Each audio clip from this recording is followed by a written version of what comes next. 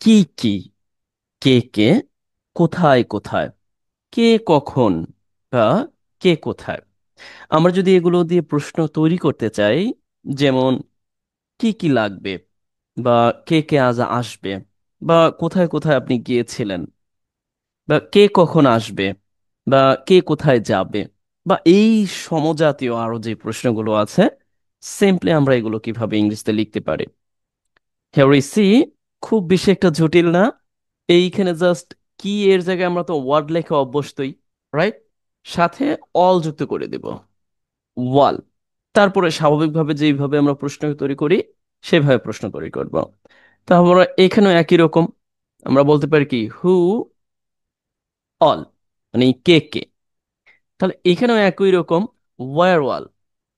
এবং এইখানে একটু ডিফারেন্ট আছে, that means and who and when, who and when.